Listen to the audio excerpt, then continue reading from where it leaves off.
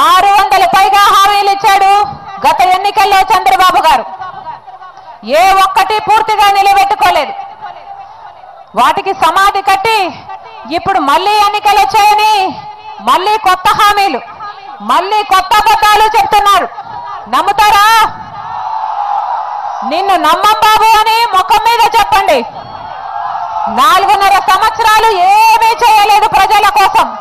ఒక్క లోకేష్ కోసము, హెరిటేజ్ కోసము, తెలుగుదేశం నాయకుల కోసమే పనిచేసుకున్నారు. ప్రజల కోసం ఏ మేలు చేయలేదు.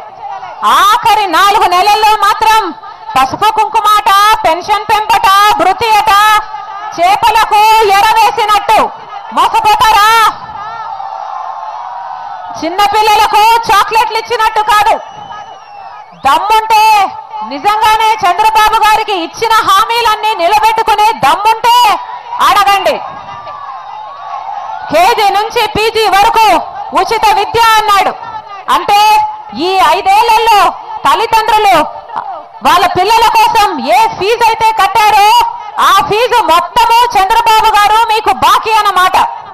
తెలుగుదేశం పార్టీ వాళ్ళు ఓట్ల కోసం మీ ఇంటికి వస్తే ముందు ఆ బాకీ కథ ఏమిటి అని అడగండి.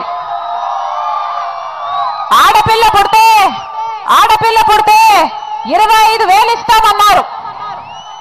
అంటే ఈ 5 ఏళ్లలో ఆడపిల్లలను కన్నా ప్రతి తల్లిదండ్రులకి చంద్రబాబు గారు 25,000 రూపాయలు బాకీ పడ్డారన్నమాట. తెలుగుదేశం పార్టీ నాయకులు మీ ఇంటికి వస్తే ముందా బాకీ కథ ఏమిటి అని అడగండి. కాలేజ్ విద్యార్థులకి ఐప్యాడ్ ఇస్తామన్నారు.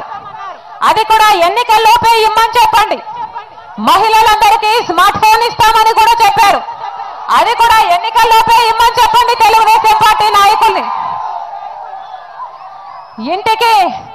ఇంటికి ఒక ఉద్యోగం అని వాగ్దానం చేశారు. లేదా 2,000 రూపాయలు ఇస్తామని చెప్పారు.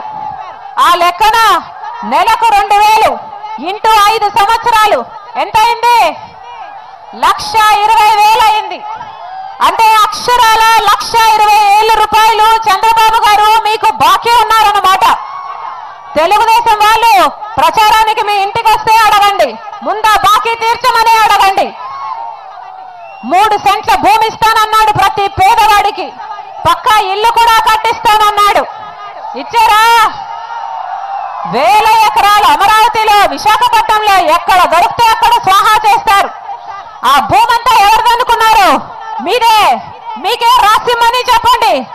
ఎన్నికల్లోపు మీ పేరు మీద రాసిమ్మని చెప్పండి.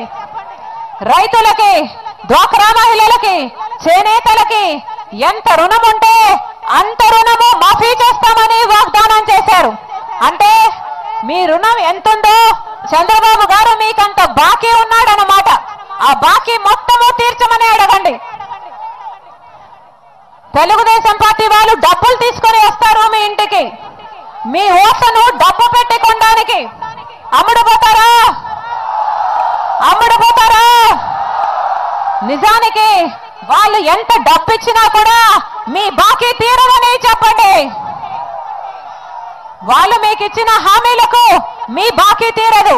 ప్రతి హామీ వసూలు చేయండి. ముందు బాకీ సంగతి ఏమిటి అని తేల్చండి.